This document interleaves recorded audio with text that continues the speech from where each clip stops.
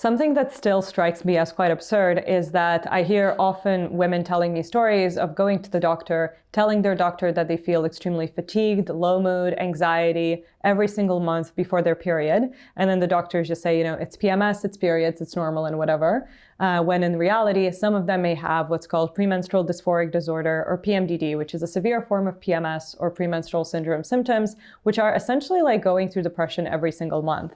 And to kind of drive it home as well, so I'm a neuroscientist by training, and one of the things that we are taught is that the brains of depressed people look different than those of healthy people. However, for women with this condition, with PMDD, their brains look like those of healthy people for all of their menstrual cycle, except the luteal phase. In that phase, which is essentially the week or two leading up to your period, your brain looks exactly like that of a depressed person, and then it goes back to normal. So that means that the brains of those women change on like a 3-week and then 1-week cycle every single month, making sure that essentially they experience depressed symptoms every single month. That's obviously very serious and a condition to be taken seriously, and it's also real, and I think it's just neglected too much.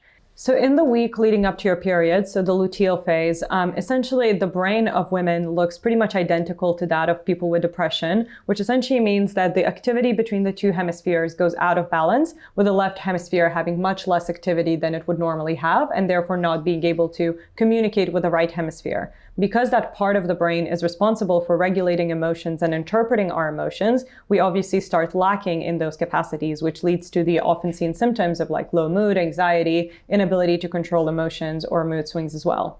When we use neuromodulation, we're able to bring back that balance by adding more activity to the left hemisphere. And therefore, when we balance it out, we essentially restore the communication between the two hemispheres. And therefore, it's able to kind of recreate the activity that we had prior to the luteal phase and allow us to interpret emotions back again and restore that kind of original capacity.